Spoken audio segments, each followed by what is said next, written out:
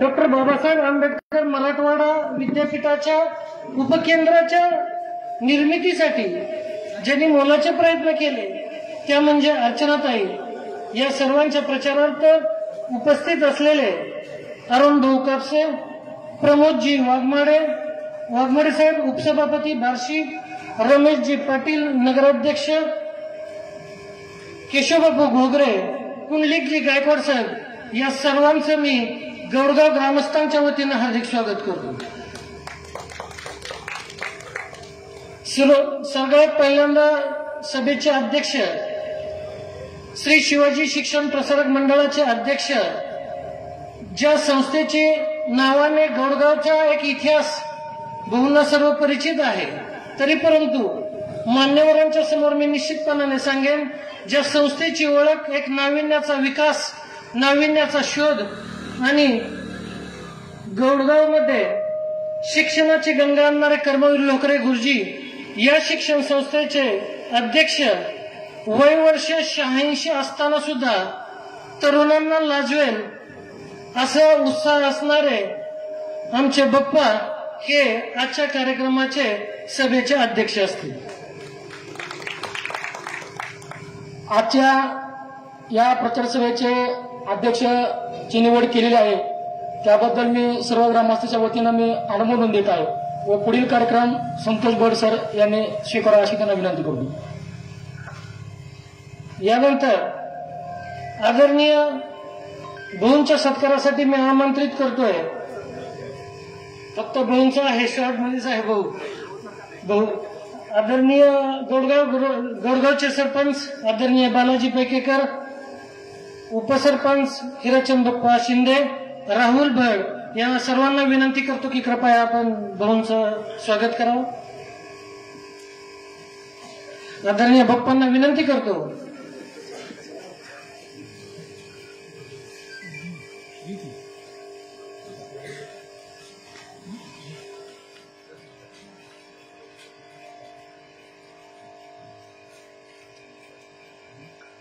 आदरणीय विनायक बाप्पांना मी विनंती करतो की कृपया आमदार साहेबांचं त्यांनी स्वागत करावं, सत्कार करावा।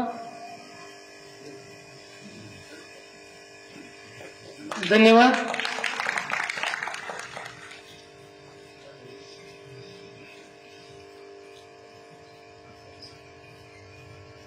अर्चनाताईंचा फॉर्म भरत असताना झालेल्या सभेच्या वेळी भाऊंना आठवण आहे, ग्रामस्थांना पण ती मी आवर्जून आठवण करून देणार आहे। औशाचे आमदार आदरणीय अभिजित पवार साहेब, अभिमन्यू पवार साहेब व आपल्यामध्ये शर्यत लागलेली आहे की जास्तीत जास्त मताधिक्य कोण देत आहे आणि त्याकरता म्हणूनच ही गर्दी जमलेली आहे। भाऊंना सांगायला मला आनंद होत आहे की निश्चितपणानं भाऊ याचं मतामध्ये रूपांतर होणार आहे आणि ह्याच कार्यक्रमाचा भाग म्हणून प्रस्तावित करण्यासाठी मी आमंत्रित करतो राहुल भड यांना।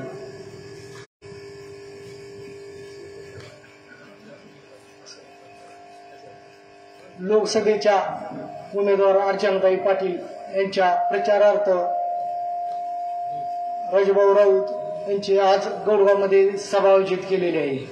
तसेच आजच्या कार्यक्रमाचे अध्यक्ष बाप्पा भाऊंनी सांगितले की तुम्हाला काही निधीची कमतरता आली तर मला आवर्जून सांगत जावं।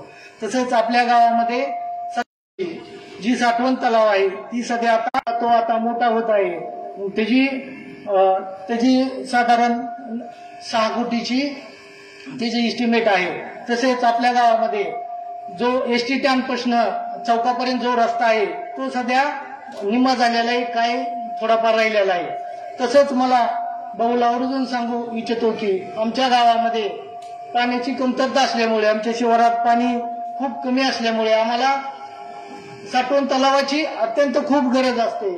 ती सध्या आपण ती साठवण तलाव येत्या जूनमध्ये आम्हाला ती मंजूर करावी।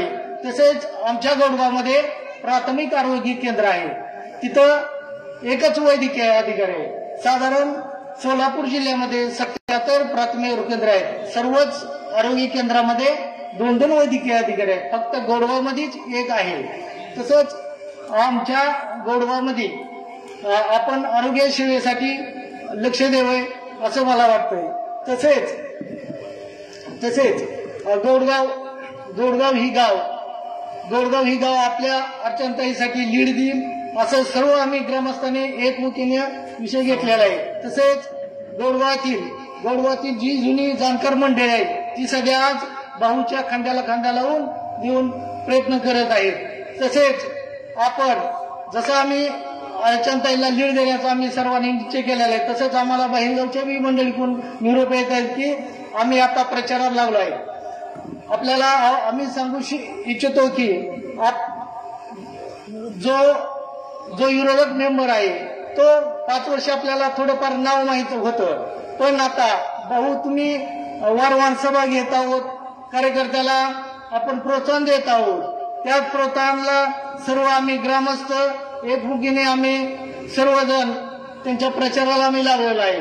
त्याच्यामुळे आपण काही चिंता करायची गरज नाही. तसेच आपल्या गावचा जो विकास आहे तो विकासाला आपण सध्या साथ द्यावी. तसंच आमच्या गावामध्ये एक मशानभूमीसाठी रस्त्याची कमतरता होती, ती सध्या आपण पूर्तता केलेली आहे. तसंच आम्हाला हरिजन वस्तीसाठी एक रस्त्याची गरज होती दिलेली आहे, फक्त तिथे फुलाची गरज आहे, ती सध्या आपण एक पूर्तता करावी. तसंच आमच्या गोडगाव ही गाव चांगलं सुटलं आहे. असं काय आमच्या गावात भांडण तंटा वैर असं होत नाही, ही आसपासच्या गावाला सध्या माहित आहे. फक्त आमच्या गावाची ठेवण आहे की एक बाबा पाण्याची कमतरता असते. त्याच्यामुळं मी सगळ्या आपल्याला मागच म्हणलेलं होतं की आमच्या गावाला आपण वर्षाला कमीत कमी एक तर साठवण तलाव देण्याचा प्रयत्न करावा. साठवण तलाव आमच्यात आहे, फक्त त्याचं रुंदीकरण खुलीकरण हे करण्याचा प्रयत्न करावा. जर आमच्या गावात उपळ्याहून पाईपलाईन नसती तर आमच्या गावातल्या लोकांना प्यायला सध्या पाणी नव्हतं. आज उपळ्यातल्या भागाचं हिंगणीच्या भागात आमच्या गावाला पाणी येत आहे. त्याच्यामुळे आमचं गाव ही आता सध्या सुखी आहे. त्याच्यामुळं जर आमच्या शेतकऱ्याला पाण्याची सोय मिळाली तर आमचा शेतकरी हा खुश होईल.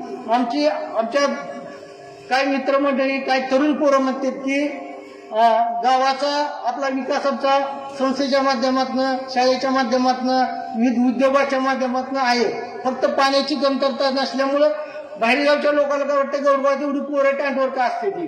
पण बाबा आमच्या शेताला पाणी नसल्यामुळं आमच्याला आता यावर्षी पावसाची कमतरता आहे, ठीक आहे, पण पाण्याची खूप कमतरता असल्यामुळं साठवण तलाव फक्त नावापुरतेच उरलेले आहे.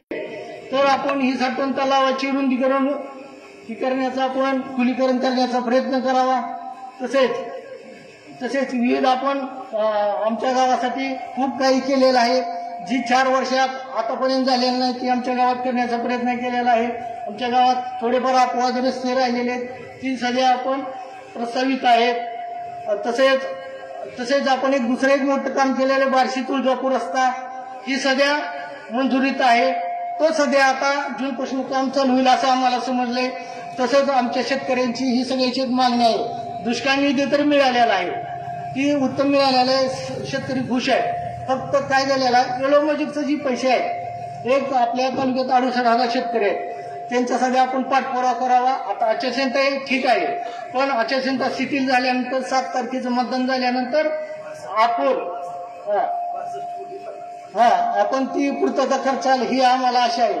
तेवढा आमच्या शेतकऱ्याला पैसा मिळाला तर जूनच्या टायमात पेरणी ही उत्तम होईल आणि शेतकरी खुश होईल असं आम्हाला वाटतंय.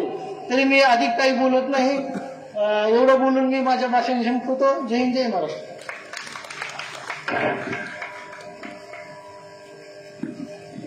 धन्यवाद राहुल.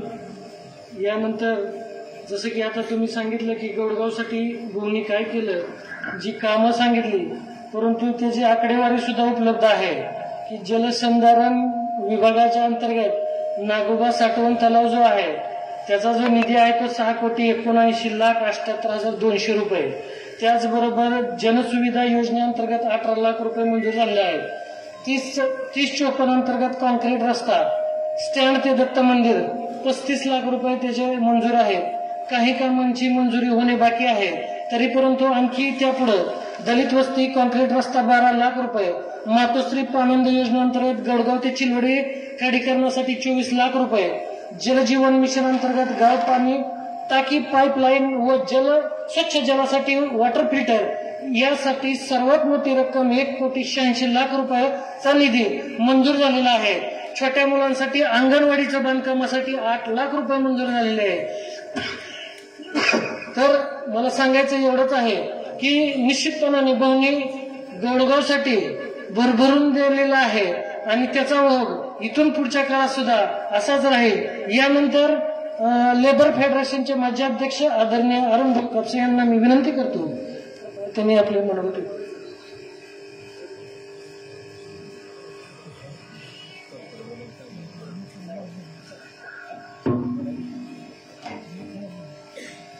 आजच्या कार्यक्रमाचे अध्यक्ष, या प्रचार सभेच्या निमित्तानं उपस्थित असलेले तुम्हाला सर्वांचे नेते आदरणीय राजाभाऊ राऊत, आपल्या गावचे ज्येष्ठ नेते, आमचे मार्गदर्शक, वयवर्ष 86 विनायकराव बाप्पा गरड, या सभापीठावरती उपस्थित असलेले आमचे मित्र रमेश अण्णा पाटील, केशवराव भोगरे, कुंडलिकराव गायकवाड, भागवतराव सांगपाळ, राहुल भड, समोर बसलेले माझे मित्र राजाभाऊ पैकीकर, सर्वच बंधूंनो, आज बरेच दिवसांना विनायकराव बाप्पा मला सक्रिय दिसले. जोपर्यंत विनायक बाप्पा सक्रिय आहे तोवर गावची घडी गाव इसकटत नाही. पण उगाचच म्हणतात मी आता नको, मला सोडलंय भाऊ, मला नको केलंय सगळं, मी बास. पण काय मनावर घेतलं कुणास ठाऊक. मी विचारतो बाप्पा 86 वर्ष खरंच वय आहे का? अरे मी कशावर खोटं सांगतो म्हणलं. मग काय खाताव ती तर सांगा म्हणलं. काय जनरल सगळं असेल तीच खातो म्हणलं, वेगळं काय नाही. टाइम टेबल जेवणं, झोपणं, कुणाचा त्रास करून घेणं नाही, डोक्याला त्रास घ्यायचा नाही, झोपेच्या वेळेस झोपायचं, जेवायच्या वेळेस जेवायचं, गप्पा मारलं तर खुश राहायचं, काय म्हणलं तर खुश राहून आपण बी खुश राहायचं, त्याला खुश करायचं. त्यामुळे अनेक तब्येत 10-12 वर्ष काय होत नाही बाप्पा. म्हणजे बऱ्याच लोकांना तुम्हाला वाटलं पाहिजे. आणि बाप्पाने मनावर घेतलं. खरंय गाव माणिकराव दादांचं गाव, माणिकराव गरड. त्यांचं नाव घेतल्याशिवाय या भागामध्ये त्यांचं विस्मरण होणं चूक आहे. त्यांना सुद्धा आपण आठवणीत ठेवलंच पाहिजे. 85 साली मी काँग्रेस हा पक्षामध्ये जेव्हा प्रवेश केला, शहाजीराव पाटलाच्या वेळेस, तेव्हा माणिकराव दादामुळेच मला तो प्रवेश मिळाला. तेव्हा विनायकराव गरडांच्या हातात शहाजीराव पाटलांनी सांगितलं, विनायकराव तुम्हाला एक सहकारी देतो चांगला, त्याला सांभाळून घ्या.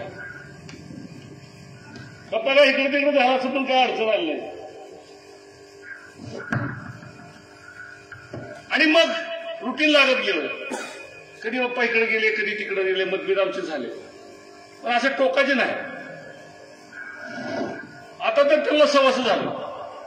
त्यांना लय राष्ट्रवादीचं नाव, चिकाटी नाही. मला माझे भाऊ कसं वाटलं, आता ही लय राडा उठलाय, कसं आता आपल्यासाठी कसं लक्ष घालायचं. मी म्हणलं काय तुमचं सवस झालं की तुम्हाला काय, आजीदादाची बायको म्हणल्यावर काय तुम्हाला घरचाच माणूस झाला की म्हणलं. आम्हीच आता आम्हाला तुम्ही जरा सांभाळायला पाहिजे. राजाभाऊची त्यांची भेट झाली, राजाभाऊशी त्यांचं बोलणं झालं, थोडक्यात करार झाला. एकमेकाला दोघांनी मदत करायची, आम्ही त्यांच्या बरोबर राहायचं. आणि आता सुसंवाद आहे. कुणी काही म्हणो, बाप्पा नुसतं जोडगावला बघू नका, जरा फिराय की सगळीकडे माहिती आहे, बसून तुम्ही असंच करायला. जोपर्यंत जुनी माणसाची तोपर्यंत जुन्या माणसांनी काम केलं पाहिजे. तुमच्या वयाची कोण राहिली नाही सोडा, पण तरुण पोरांनी तुम्ही बसताच की. त्यामुळे तुम्ही हा गावाचा जो तुमचा गाडा आहे तो गाडा सोडू नका. संस्थेचा कसं सोडत नाही तुम्ही, संस्थेचं सोडलं की इस्कोट आहे बघा. तुम्ही जिथं आहेत तिथं सगळं शांततेनं सगळं बिनविरोध होते. तुम्ही अंकाने घोषणा होते. त्यामुळे तुम्ही शब्द दिलाय किंवा तुम्ही काम करायचं ठरवलंय, त्यामुळं या गावातून राष्ट्रवादी काँग्रेस पक्षाला लीड मिळवणार आहे. या भागातून पहिला एक आमचा जिल्हा परिषद सदस्य निवडून गेला, 2दा पंचायत समितीला निवडून गेला, एकदा कारखान्याला निवडून गेला. दररोज माझं नशीब असा की त्याला मदत करायची आणि मदत केल्यावर पुन्हा त्याला विरोध करायचा. तो कारखान्याचा कार्यक्रम मीच केला आणि माझाच ऊस अडवायचा दरवेळेस. मी डंपरनं ऊस नेऊन घातला, वैतागून गेलो, दरवर्षी ऊसच म्हणून टाकला. कारखाना आमचा, निवडणूक निवडून द्यायला आम्ही, पण ऊस आमचा जायचा नाही. अरे काय करावं, ते डायरेक्टरच ऐकत नाही म्हणजे. अरे मग तुम्ही अगोदर कसं सांगत नाही आम्हाला? अगोदर तर विरोधी पार्टीत गेलो असतो ना आम्ही. खूप त्रास झाला, त्यांच्याकडे झाला, यांच्याकडे झाला. बहुचा त्रास तर काय न स्वसने एवढा झाला. स्वसला त्यातनं गेलो तरुण, पण झाला त्रास. राजकारणात तसं करावी लागतंय. सापानं जर नाही फुस केलं तर त्याला कुणी बी घेऊन फिरेल की साबूक म्हणून. त्यानं थोडं दाखवलं पाहिजे. आणि त्यांनी दाखवल्यावर कुणाचं काय होतंय, कुठल्या दिशेला सूर्य उगवतो कुठल्या दिवशी मावळतो कळतच नाही. नशीब असतं तर टिकला नाही तर गेला. अतिशय खडतर माणूस आहे आणि तेवढाच मनानं मोकळा माणूस आहे. गरज पडली की अंगावरचे कपडे द्यायला आणि वाटलं वाईट अंगावरचे हायती कपडे जाऊन मोकळे करून लावणार. खरं खरं, खोटं खोटं. आणि थोडं राजकारण थोडं लबड बोलायला शिकलं पाहिजे असं माझं मत आहे. तुम्हाला येतच नाही. येत असलं तरी आम्हाला कळू दिलं नाही. येत नाही खरं, ठीक आहे. माणसं झाली ती लबाड, माणसं लय लबाड झाली ती. आणि तुम्ही काय साधू संत नाही, परमार्थ करायला निघालेलं नाही. तुम्ही सुद्धा समाजात जशा पद्धतीची माणसं आहे तशा पद्धतीने वागलं पाहिजे. मला सांगायची आवश्यकता नाही, ही गुण तुमच्याकडे अगोदरपासूनच आहे. त्याच्याशिवाय काय माणूस इथं मोठा होतो का? वादळात नाव चालवायचं सोपं काम नाही. निवांत समुद्र असल्यावर खलाशी कशी नाव कडायला नेतो. वादळ, वारं, लाटा या सगळ्यांना नाव कडायला लिहिली म्हणून राजाभाऊ नाव घ्या काशी वगैरे कळलं. सोपं काम नाही. आणि ठरवलं. छोटं उदाहरण देतो. मला बोलायला काय 1 तास लागतो. मी प्रवचनकार आहे. 1 वळी घेऊन 1 तास बोलायची सवय आहे. पण इथं वेळेची मर्यादा आहे. आणि लोकांचं ऐकायला काय, बाकीचं ऐकायला काय गरज आहे? ज्यांचं ऐकायचं ती गप्पत बसलेत. आणि मग आम्हाला त्यांचं ऐकायचं असतं म्हणून मग आपण थोडक्यात बोलायचं. मग बोलायचं कुठं? बोललं पाहिजे ना. आणि अशा पद्धतीच्या धांदलीमध्ये एक चांगल्या प्रकार आता लोकांनी मागण्या केल्या. राहुल, जी कामं झाली तीच नावं तुम्ही सांगितली. जी पाहिजे ती त्यांना सांगू द्या ना. त्याला तोंडीपाठ आहे सगळ्या गाव. तुम्ही बघतोय सत्यनारायण पोथी वाचले माणूस वाचतोय माणूस. राजाभाऊकडे कागद नाही, पेन नाही, काय नाही. कुणी म्हणतं शिकलेलं नाही. अरे नाही शिकलेलं कसं म्हणायचं नाही. हातात पेन नाही, कागद नाही, विचार नाही. सत्यनारायण पोथी कशी असते? साधुवानी निघाला, पाण्यात नाव बुडाली, वर आली, सगळी पोथी तोंड पाठ. अतिशय चांगला गुण आहे. राजकारणात जे लागतं ते त्यांच्याकडे आहे. मी फार कमी माणसाचं कौतुक करतो. तेव्हा मी अप्रिय माणूस आहे. प्रिय व्हायला कौतुक करावं लागतं. नसलेल्या गोष्टी जोडाव्या लागतात. आणि नसलेल्या गोष्टी जोडल्या कुणाला चांगलं वाटत नाही. कीर्तन करायला चांगलं वाटतं, पुढायला चांगलं वाटतं, आम्हाला वाटतं, तुम्हाला पण वाटतं. नसलेल्या गोष्टी तुम्ही असा म्हणल्यावर बरंच वाटतं की, पण ते कौतुकालाही पाहणारा माणूस नाही. आपलं काम बार्शी तालुका, ग्रामीण भाग, कमीत कमी लोकांवर संघर्ष व्हावा. समाज एका रेषेत असावा. समाजाचं काहीतरी चांगलं करावं. त्याचं समाजाचं आपण देणं लागतोय. लोकांनी इतक्या अडचणीत आपल्याकडे नेतृत्व दिले म्हणल्यावर ती सांभाळायची जबाबदारी आपली आहे. या उद्देशानं त्यांचं या ठिकाणी चालू आहे. समोरच्या माणसाच्या बद्दल मला बोलायची आवश्यकता नाही. तुम्ही कोण येणार असेल सर्वे करायला तर या. चला कुठल्याही गावात, कुठल्या गावात त्यांचा माणूस तडपीने फिरतो. एखाद्या कार्यकर्त्याचं नाव तरी सांगा मला. नवीन उभारणीची 1-2 ती आहे ती बी शिचा होऊन बसली. माणूसच नाही. मित्रांनो, तुम्ही मनावर घेतलं तर ही निवडणूक राजाभाऊची नाहीये. राहुल बड म्हणले राजाभाऊ आपल्याला करायचं, हे आपल्यामुळे आपल्याला करायचं. राजाभाऊला काय कमी आहो? राजाभाऊ उद्या घरी बसले, उद्योगात बी लय डोकं आहे. फेलच नाही उद्योग, कुठलाच उद्योग फेल नाही. या माणसाला कळतच कसंही मला कळत नाही. कवा उद्योग करतोय माणूस, कवा कुणाचा हिशोब करतोय, कुणाला कावा काय अवघड काम आहे. हो, प्रपंच करताना माझा अडचणी येतो. पण या माणसानं एवढा तालुक्याचा अभ्यास केला, एवढ्या माणसाचा अभ्यास केलाय. माणसावर का तर एक नंबर माणूस, 100% एक नंबर आहे. किती बी गोड बोलू द्या, किती बी काय करू द्या, माणूस सामान्य अगोदर बोलतो द्यायला ह्याची चाल काय ती लोकांना झाल्यावर कळत, ह्याला सामान्य अगोदर वास येतोय.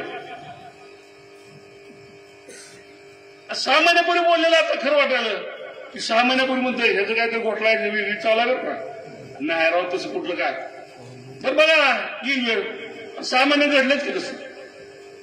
इतका दूरदर्शी माणूस आहे, त्यामुळं कुणीही म्हणायचं नाही ही माझा ऐकतोय माणूस, कुणाचंच ऐकत नाही. योग्य आहे ते ऐकणार, अयोग्य असेल तर ऐकणार नाही, ही गोष्ट चांगली आहे. सांगणारी माणसं कानाला लागतात, काय सांगतात त्यांचं ह्या कानात नाही तर हिकडच्या कानात सोडून द्यायचं. आणि जेवढं योग्य आहे की कॉम्प्युटरमध्ये फीड करायचं. मेमरी खूप मोठी आहे, इरेसच होत नाही. त्यामुळं कार्यकर्त्याला जोमानं काम करा. कुठल्याही गावाचा सगळे कार्यकर्ते मोबाईलवर आहेत, गाडीवर आहेत, बुलेटवर आहेत, 4 चाकीत आहेत. कसं काय काम करतो आपण, काम चालू आहे तुझं बी चालू आहे.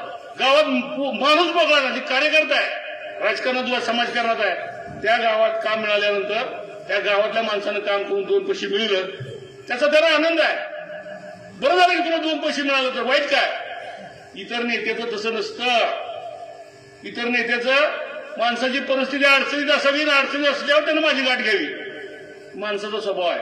माणूस चांगल्या वेळेस मदत करत नाही, प्रवृत्ती आहे. मराठ्यातली 2 माणसं वेगळी राहिली, एका धाकट्या लगेच बैल आणून दी, त्याला भाडी आणून दी, सगळं आणून दी, आणि दोघं एकत्र असताना दिल्यावर बिघडतं का.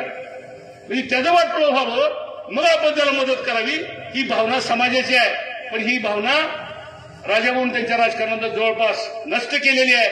म्हणून आपल्या भागातून आपण एकमुखी नेतृत्व पुढं कसं चालवायचं त्या दृष्टीने विचार करावा. इथून पुढं पप्पा तुमच्या मार्गदर्शनावर काम चालू आहे. तुम्ही जबाबदारी काढायला शिका, अंग काढून घेऊ नका. सगळी गाडू आणून नटून आमच्या पुढे सोडतात. बघितला घोडा कसा दिसतोय, आम्ही हसायचो तुम्ही हसायचो. बंद करा ते, पुढं व्हा, आग्रह करा, काम सांगा. आणि हे सगळ्या माणसाला तरण्यात तरणा, म्हाताऱ्यात म्हातारा, पोरात पोरगा सगळी माणसं आहेत. दारू पिणारा माणूस येऊन कचकन भेटतोय, बरं असू द्या, असं त्यांना माहिती नाही की असंच करतोय थोड्या वेळ. आम्ही म्हणलो का कसं काय असू द्या, तुम्हाला माहित नाही की बस 5 मिनिटं, त्याचं व्यवस्थित त्यांना माहिती. दारूमध्ये माझं फिरते ती. मग माणसं कुठली राहिली, पुढारी संपले, मास्तर संपली, तलाठी भाऊसाहेब संपले, सेक्रेटरी संपले, बँक संपली, सगळीच मागं फिरते ती. इतक्या लोकांना फिरवायचं, इतक्या लोकांचं काम करायचं, इतक्या लोकांचं समाधान सोपी गोष्ट आहे का. ती सोपी गोष्ट नाही. पण असाध्य ते साध्य करता साया असं कारण अभ्यास तुका म्हणे उभी राहावे, जे जे होईल ते पाहावे, असं माझा प्रवास चालू आहे. आनंद आहे. या आनंदाच्या गोष्टीमध्ये सगळ्यांनी सामील राहावं. या जगन्नाथाचा रथ आहे, एकटा कोणी करू शकत नाही. या जगन्नाथाच्या रथाला सगळ्याचा हात लावून हा यशस्वी रथ आपल्याला जिल्ह्याच्या राजकारणामध्ये पुढे न्यायचं आहे. ते नेण्यासाठी आपण सहकार्य करावं. आणि उद्याच्या निवडणुकीमध्ये अर्चनाताई पाटलांच्या घराच्या चिन्हावरती आपलं पवित्र मत देऊन आपण त्यांना विजयी करावं, ही नम्र विनंती. जय हिंद, जय महाराष्ट्र.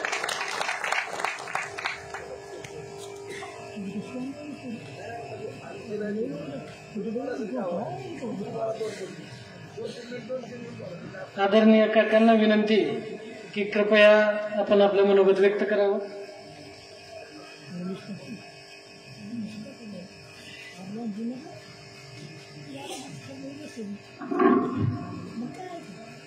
आजच्या सभेचे अध्यक्ष शिवाजी शिक्षण प्रसारक मंडळाचे अध्यक्ष आणि आपणा सर्वांचे ज्येष्ठ मार्गदर्शक आदरणीय विनायकरावजी गरड उर्फ बाप्पा, त्याचबरोबर आपणाला मार्गदर्शन करणारे आपल्या तालुक्याचे आपल्या सर्वांच्याच नव्हे तर बार्शी तालुक्याच्या प्रत्येक व्यक्तीच्या मनामनातील दमदार आमदार माननीय राजाभाऊ, व्यासपीठावर असणारे सर्व सन्माननीय पाहुणेगण, सन्माननीय व्यासपीठ आणि स्टेज समोर असणारे सर्व मदर बंधू आणि भगिनींनो, सुरुवातीलाच मला असं सांगायचं आहे, आता वक्त्यांनी सांगितलं की भाऊबद्दल बऱ्याच गोष्टी, पण मागच्या सभेमध्ये एकदा मी उल्लेख केला होता की आमचे आमदार ज्यांचं नाव राजाभाऊ आहे, जे मनाने राजा आहेत आणि ते सर्वांचे भाऊ असल्या कारणाने आपल्या कार्यकर्त्याची भावाप्रमाणेच काळजी घेतात, त्यांच्या मागण्या पूर्ण करतात. गावागावामध्ये बार्शी तालुक्यामध्ये त्यांचा मोठा कामाचा झपाटा आहे. प्रत्येक गावामध्ये ज्या ज्या सोयी पाहिजेत त्या त्यांनी केलेल्या आहेत. आणि विशेषत्वाने मला असं सांगायचं आहे की आमदार साहेबांनी बार्शी तालुक्यामध्ये फार मोठा निधी आणलेला आहे आणि काही कामं त्यामध्ये झालेली असतील, काही कामाची पूर्णत्वाकडे वाटचाल असेल, तर काही कामं होण्याच्या मार्गावर आहेत. त्यामुळं माझं काम अमुक राहिलंय तर ते होईल, त्याची काळजी चिंता करण्याचं काही कारण नाही. आता ही जी निवडणूक आहे, या निवडणुकीमध्ये आपले उमेदवार अर्चनाताई पाटील आहेत आणि त्यांचा तर बॅलेट ईव्हीएम मशीनवरती पहिलाच नंबर आहे त्यांचा आणि त्यांचं पुढचं जे घड्याळ आहे ते बटन आपल्याला दाबायचं आहे. आता ही लोकसभेची निवडणूक आहे, त्याच संदर्भात मला असं म्हणायचं आहे की विरोधकाचे दोनच मुद्दे आहेत विशेषत्वाने. कोणकोणते दोन मुद्दे आहेत? एक म्हणजे वारंवार प्रत्येक सभेमध्ये अगदी मोठमोठे वक्ते तज्ज्ञ याचा उल्लेख करतात की हे भारत सरकार, मोदीचं सरकार यांनी संविधान बदलाचा घाट घातलेला आहे. आणि दुसरी गोष्ट आहे की देशाची वाटचाल हुकुमशाहीकडे चाललेली आहे. यातल्या एकाही माणसाने कोणी म्हणावं, सामान्य माणसाने, की खरंच देशाची वाटचाल हुकुमशाहीकडे चाललेली आहे. आमच्यासारख्या सामान्य माणसांचं तर काही मला वाटत नाही की देशाची वाटचाल हुकुमशाहीकडे चाललेली आहे. किंवा संविधान बदलाचा खटाटोप मोदीच नव्हे, आदरणीय मोदीच नव्हे, तर कोणताही पक्ष आला आणि कोणताही पंतप्रधान त्या खुर्चीवर बसला तरी संविधान बदलणं, घटना बदलणं ही काही सोपी गोष्ट नाही. आत्ताच काही चांगल्या कामानिमित्त जनतेच्या भल्यासाठी, जनतेच्या हितासाठी काही बदल होऊ शकतात, काही त्यातले नियम बदलू शकतात, पण ते हितासाठी असतात, जनतेच्या व्यापक हितासाठी असतात. परवा माझ्या वाचण्यामध्ये एक लेख आला, त्याविषयी मी थोडं सांगणार आहे की एक विश्लेषक असतात प्रत्येक वर्तमानपत्रामध्ये आणि त्या विश्लेषकाचं नाव आहे सामंत, अनंत सामंत. हे वसईचे विश्लेषक आहेत. त्यांनी आपल्या लेखामध्ये असा उल्लेख केलेला आहे भाऊ की यापूर्वी नेहरूंच्या काळामध्ये 17 वेळा, इंदिराजींच्या काळामध्ये 28 वेळा, राजीवजी गांधीजी यांच्या वेळा 10 वेळा, मनमोहनजी आणि सोनिया गांधी यांच्या वेळी 7 वेळा हे संविधान बदलण्यात आलं. मग आता संविधान बदलाचं कसं काय वारं?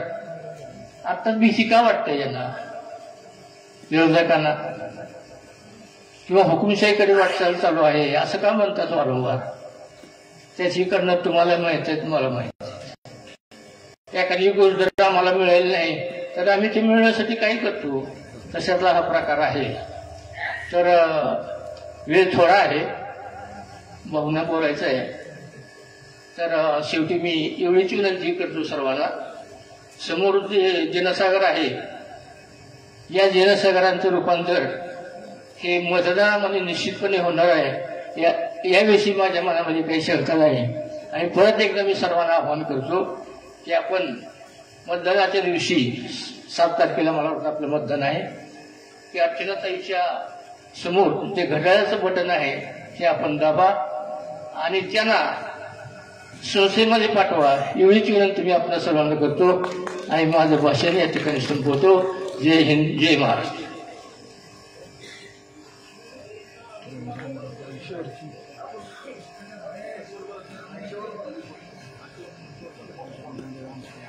यानंतर ज्येष्ठ मार्गदर्शक, संस्थेचे अध्यक्ष, कार्यक्रमाचे अध्यक्ष, कार्यक्रमामध्ये थोडा बदल, सुरुवातीला बाप्पांचं भाषण होणार आहे आणि त्यानंतर आदरणीय आमदार साहेबांचं भाषण होणार आहे.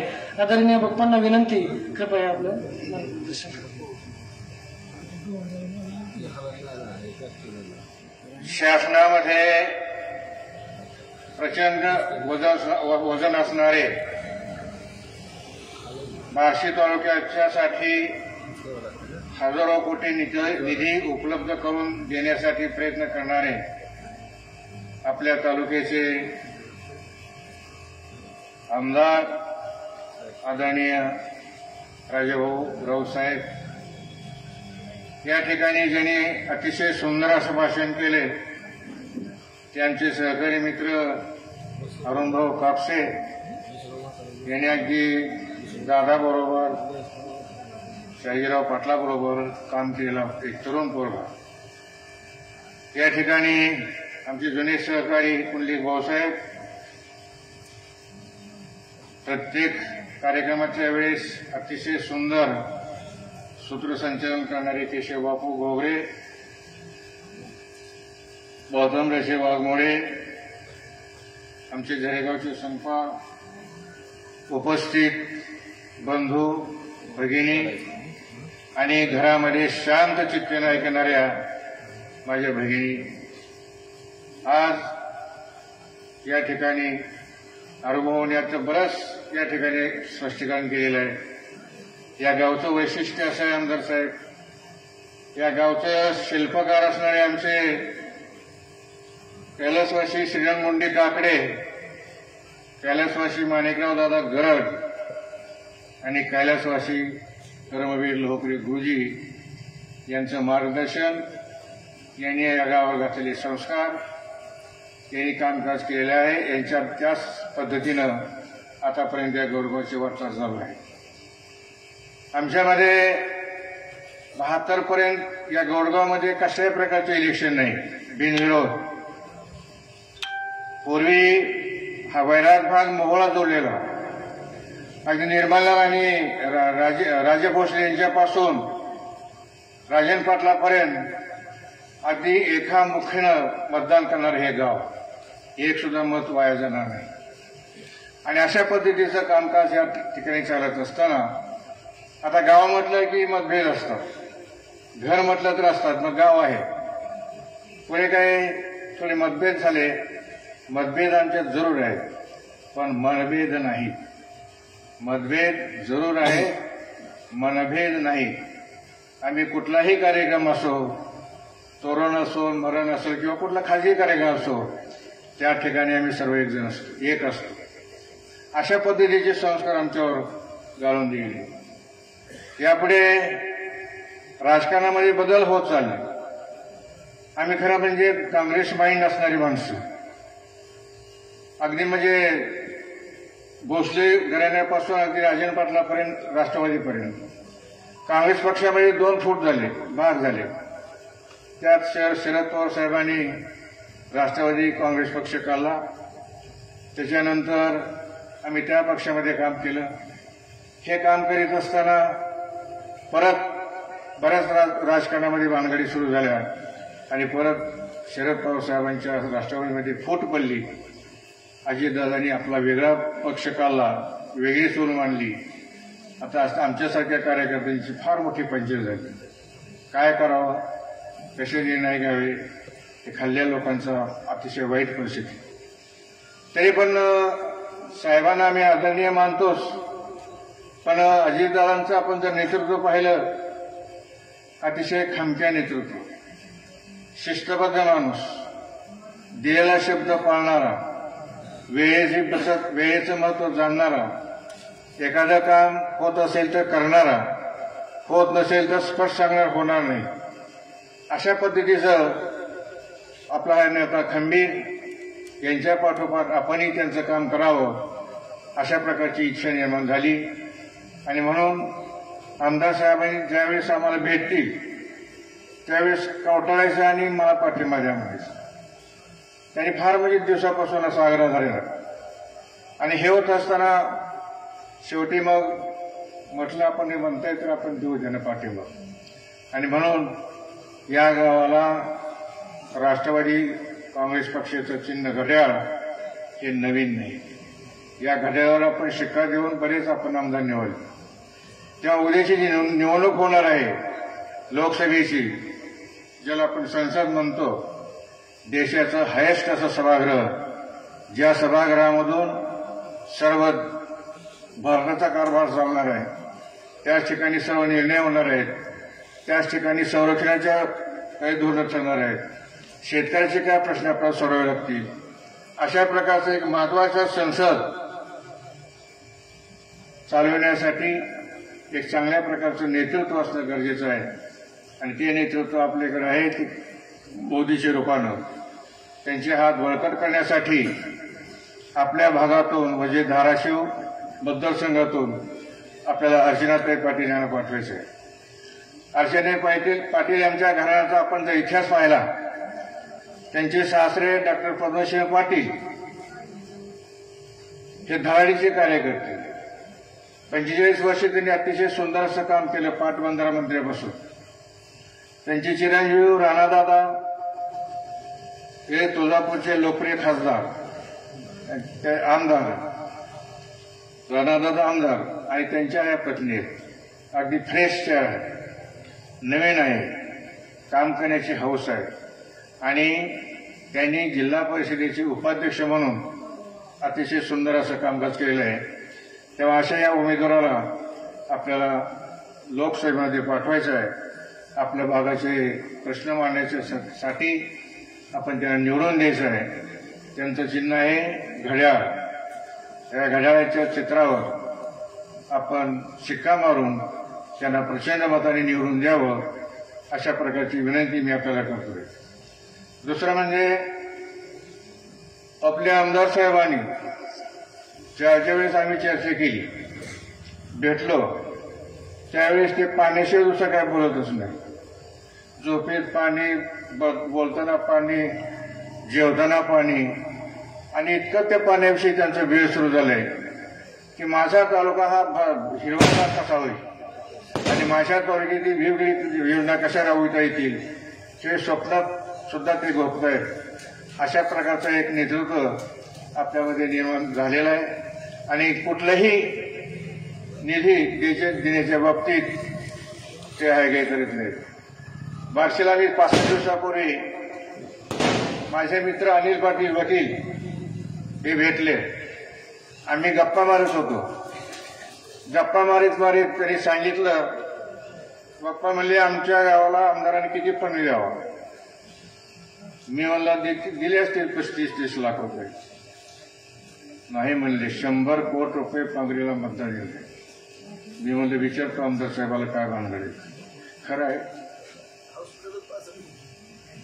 अशा पद्धतीचा हा नेता मागेल त्याला काम, मागेल त्याची कामं करणारा हा नेता, याच्या सहवासात आपल्याला राहायचं. मला म्हटले तुम्ही आमच्याबरोबर 6 घ्या, बघा काय होतंय. आता आमदार साहेब मी तुमच्या सहवासामध्येच राहणार आहे. आणि याच्या पुढे जे आपल्याला पाहिजे अशा आपल्या गावाचे फार मोठे प्रश्न आहेत. तर आचारसंहिता असल्यामुळे मी ती बोलू शकत नाही. आचारसंहितेमध्ये मागणी करायची नसते. आणि त्या दृष्टीनं आपण जर पाहिलं तर आपले जे उमेदवार आहेत उद्याचे अगदी फ्रेश आहेत. अर्चनाताई पाटील यांच्या घड्याळ आहे चिन्ह, या घड्याळावर शिक्का मारून आपण त्यांना प्रचंड मताने निवडून द्यावं, अशा प्रकारची विनंती करून मी माझे 2 शब्द संपवतो.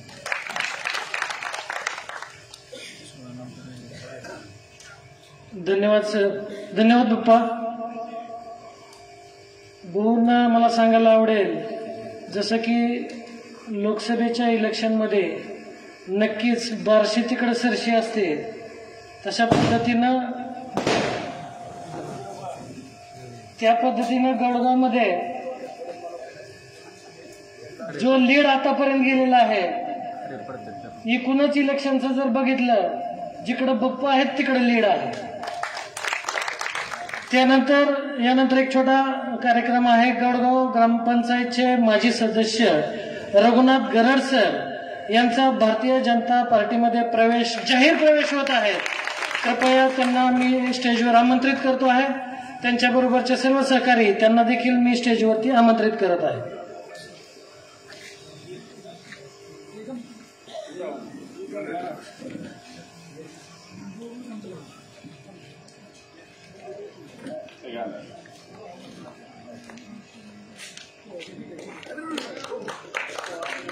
धन्यवाद.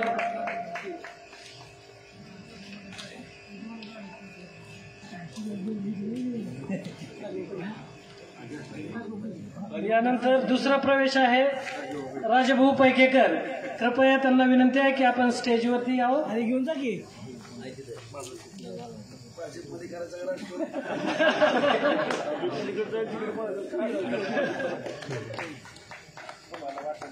जोरदार टाळ्यांनी त्यांचं स्वागत करायचं आहे. आता ज्यांनी प्रवेश केला ते रघुनाथ गरड सर आणि आमचे मित्र राजभाऊ पैकेकर हे दोन धडाडीचे कार्यकर्ते यांनी राजभाऊ राऊतांचं नेतृत्व मान्य केलं आणि त्यामुळे ज्यांनी प्रवेश केला. तरी मी त्यांचं गडगाव ग्रामस्थांच्या वतीनं मी मनपूर्वक आभार मानतो आणि पुढील सूत्र मी संतोष बडसरांकडे देतो. यानंतर गोडगावमध्ये बरेचसे कुणबी दाखले मिळाले आहेत. त्यापैकी प्रातिनिधिक स्वरूपात आपण ओके. त्यानंतर शरद श्रीपतराव भड, कृपया यांनी स्टेजवरती यायचं आहे. त्यानंतर मनोज माणिक भड.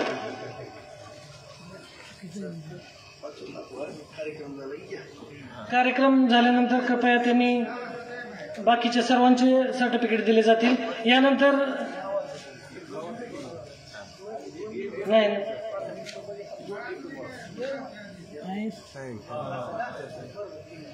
यानंतर आदरणीय आमदार राजूभाऊ राऊत, कृपया यांना विनंती करतो की सभेला संबोधित करावं. आजच्या या उस्मानाबाद लोकसभा मतदारसंघाच्या प्रचाराच्या निमित्तानं उपस्थित असलेले आदरणीय या कार्यक्रमाचे अध्यक्ष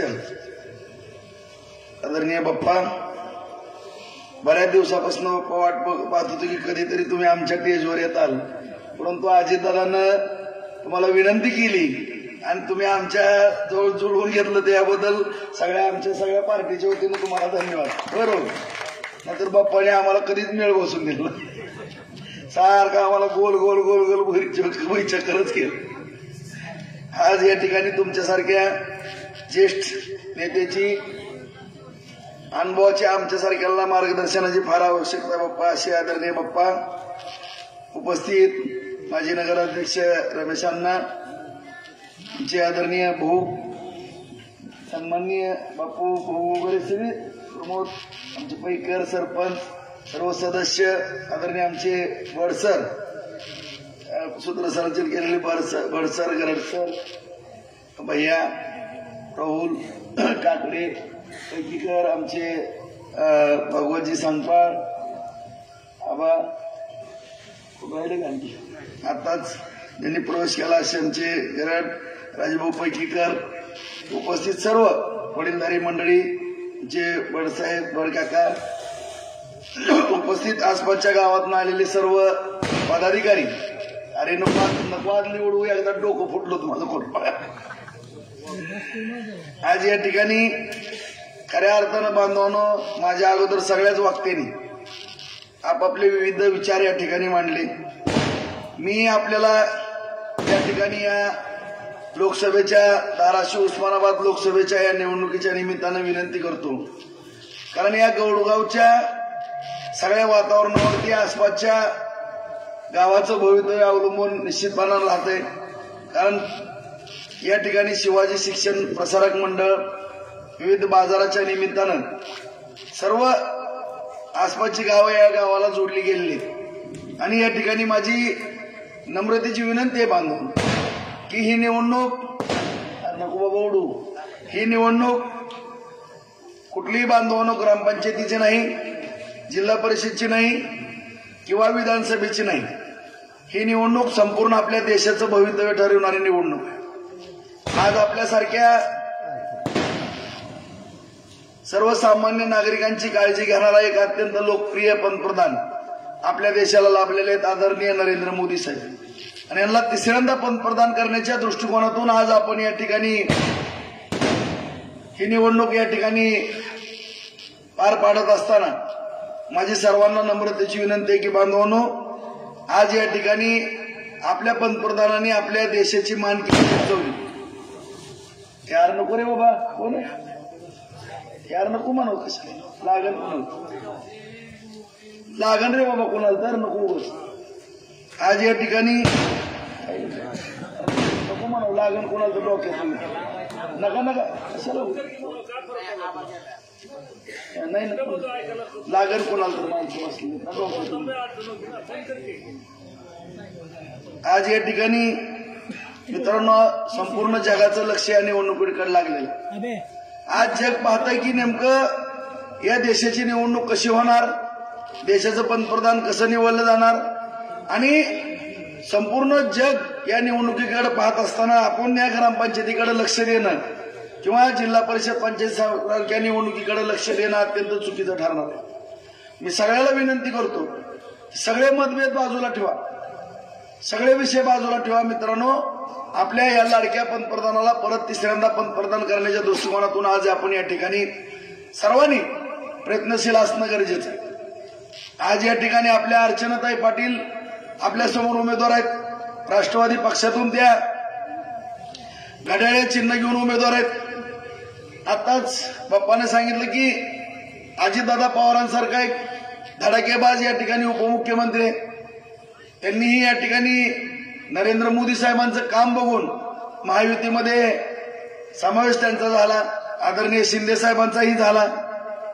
आज या ठिकाणी माननीय पंतप्रधान नरेंद्र मोदी साहेबांच्या मार्गदर्शनाखाली काम करत असताना बांधवांनो, ज्यावेळेस एकनाथ शिंदे साहेब मुख्यमंत्री झाले, फडणवीस साहेब उपमुख्यमंत्री झाले, दादाही परत उपमुख्यमंत्री झाले, आणि या सर्व मंडळीने किंवा 2014 ते 24 सगळा काळ आपण नरेंद्र मोदी साहेबांचा आठवा. आज कधीही एक दिवस सुद्धा ज्या व्यक्तीनं सुट्टी घेतली नाही, एक दिवसही कधी ती व्यक्तिमत्व थांबलेलं नाही, संपूर्ण देशाची एक अर्थव्यवस्था मजबूत ठेवली. आज सर्वसामान्य नागरिकांना या ठिकाणी प्रत्येकाला न्याय देण्याचं या ठिकाणी सर्व घटकांना काम केलं. आज सुरुवातीपासून मी सांगतो मित्रांनो की सगळ्यात महत्वाचा आपला जो मुद्दा आहे सरसलामत तर पगडी हजर. आज आपल्या सगळ्या सीमा सुरक्षित त्यांनी केल्या. आज चायनासारखा आपला दुश्मन नेहमी जबडा वासून बसलेला असतो की कधी आपल्या देशाची अर्थव्यवस्था खिळखिळीकरण किंवा आपल्या देशाला त्रास देण्याची भूमिका असते. त्या भागामधली सुद्धा परिस्थिती पहा, पाकिस्तानच्या बॉर्डरवर पहा. 2014च्या पुढे आपल्या ज्यांच्या जीवावरती आपण या ठिकाणी सुरक्षित आहे, आता आपल्या सैनिकांच्या बाबतीमध्ये काय घटना घडत होत्या त्या सगळ्या आठवा मित्रांनो. त्या ठिकाणी सुद्धा 370 सारखं कलम त्या ठिकाणी लावून आज आपल्या पंतप्रधानांनी आपल्या सैनिकांच्या पाठीशी खंबीरपणाने त्या ठिकाणी उभारले. आणि ज्या सैनिकांना दगड घालण्याची परंपरा होती किंवा रक्ताबंबळ आपलं सैनिक होतं, आज कुठल्याही माईच्या पोटची तिथे हिंमत झाली नाही की कुठला कोणी दगड हातात उचलायची. आज एवढं नरेंद्र मोदी साहेबांचा हात धाक आहे मित्रांनो. आणि असं काम करत असताना सगळ्या स्तरावरती संरक्षणाचा विषय असेल, आर्थिक धोरणं राबवण्याचा विषय असेल, सगळ्या दळणवळणाची साधनं निर्माण करायचा विषय असेल, परदेशी गुंतवणूक या ठिकाणी आणण्याचा विषय असेल किंवा सर्वसामान्य नागरिकांना दिलासा देण्याचा विषय असेल. आज आपण पाहतो की कोरोनासारखी महामारी आली मित्रांनो, परंतु न डगमगता संपूर्ण देशाला 140 कोटी संख्या असलेल्या देशाला आज एवढ्या मोठ्या प्रमाणामध्ये सांभाळण्याचं काम किंवा मायेनं हात फिरून सर्वांना धीर देण्याचं काम त्यांनी केलं.